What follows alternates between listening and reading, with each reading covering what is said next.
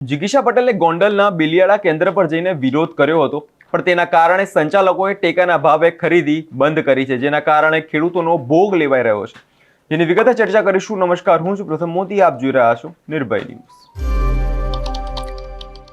થોડા સમય પહેલા જિગીશા પટેલે બિલિયાળા કેન્દ્ર પર 35 કિલો 800 ગ્રામ મગફળી લેવાનો સરકારનો જે નિયમ છે, બિલિયાળા કેન્દ્ર પર 36 કિલો અને 200 ગ્રામ મગફળી ખેડૂતો પાસે લેવામાં આવતી હતી। એટલે જોવા જઈએ તો 1600 ગ્રામ મગફળી ખેડૂતો પાસે ઓછી લેવામાં આવતી હતી।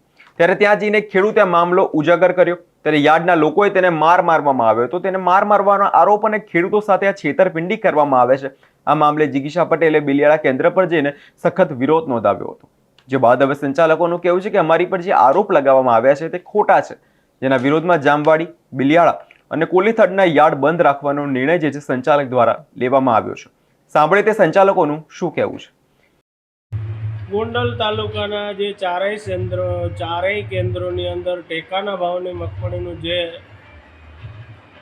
ચાલુ છે કામગીરી, એ સંપૂર્ણપણે ન્યાયિક અને ખેડૂતને યોગ્ય કામગીરી છે।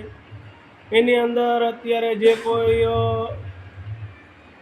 વિરોધ જે કરી રહ્યા છે એ તદ્દન યોગ્ય વિરોધ ન કહી શકાય, કારણ કે ખેડૂતને ન્યાયી કામગીરી ચાલે છે। દરરોજ ખેડૂતની સારામાં સારી ક્વોન્ટિટી, જે ખેડૂતોની સંખ્યાને પૂરતો ટૂંકમાં ન્યાય મળે છે અને સરસ કામગીરી ચાલે છે। અને અત્યારે આ ખેડૂતોની કામગીરીને અટકાવી અને બીજા જે કાંઈ ખેડૂતો લાઇનની અંદર વારામાં ઊભા છે એ લોકોને બધાને વધારે વાહ જોવડાવે છે, એના માટે આ યોગ્ય વિરોધ ન કહી શકાય। આવો વિરોધ ન કરવો જોઈએ, ખેડૂતોને સાથ આપવો જોઈએ।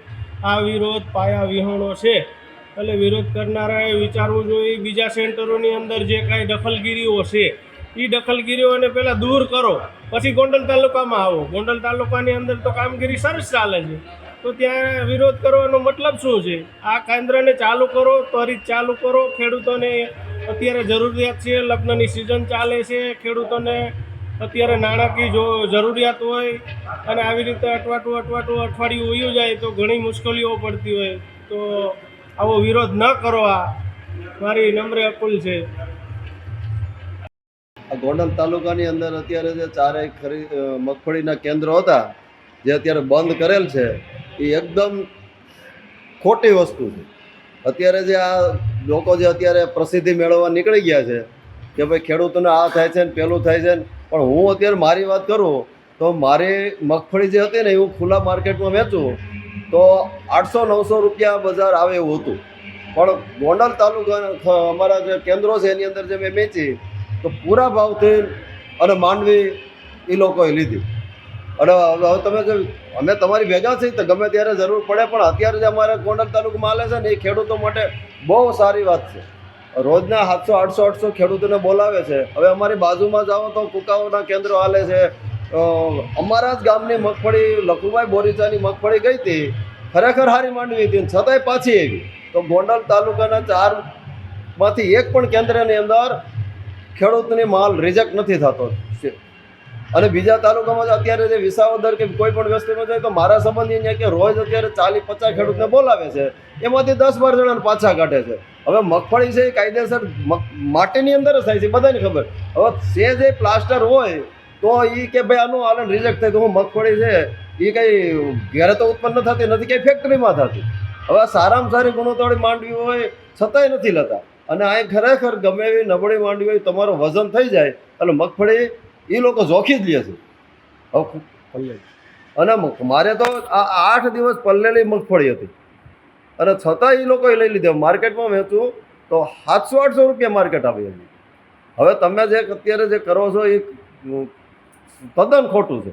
ખરેખર આ કેન્દ્રો હાલે છે, વ્યવસ્થિત હાલે છે, અને એને હાંકવા દો। તમારે જે ચૂંટણીમાં જરૂર પડશે, અમે હું કોઈ પાર્ટી લેવલે કંઈ વાત નથી કરતો, જરૂર પડશે ત્યારે અમે તમારી ભેગા છે, પણ અત્યારે જે ખરેખર હાલે છે ને એ સારી વસ્તુ છે।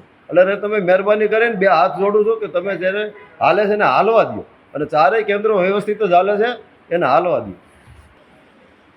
ગોંડલ તાલુકાના ચારે કેન્દ્ર એકદમ રેડી ચાલે છે, તો આ લોકો જિગીશાબેન પટેલને એટલું જ કહેવું કે બાજુનો જિલ્લો અમરેલી છે, અમારી બાજુમાં કુકાવાવ છે, મારે 2 જગ્યાએ જમીન છે, અને ત્યાં હું નાખવા ગયો તો અમારી 49ના ઉતારાની માંડવી એ લોકો રિજેક્ટ કરતા હતા, અને જેવી માંડવી હોય, પલ્લેલી હોય, ગમે એવી માંડવી હોય, ટૂંકમાં વજનથી એ માંડવી લઈ લેવામાં આવે છે. તો બેનને એટલું કહેવા માગું છું કે અમારા તાલુકામાં ખોટી દખલગીરી કરવામાં, અને અમારું એ બધું ઓકે હાલે હે, રેડી ચાલે હે, તો એને હાલવા દો. હવે આ મામલે આક્ષેપો સાચા હોય કે ખોટા, પણ આને કારણે ખેડૂતોનો ભોગ લેવાઈ રહ્યો છે. જે ખેડૂત પોતાની મગફળી લઈને આવે છે તેનો શું દોષ? આમ ટેકાના ભાવે ખરીદી થવી એ ખેડૂતનો અધિકાર છે અને આક્ષેપોના કારણે ખરીદી બંધ છે. આનો અધિકાર કોણે આપ્યો?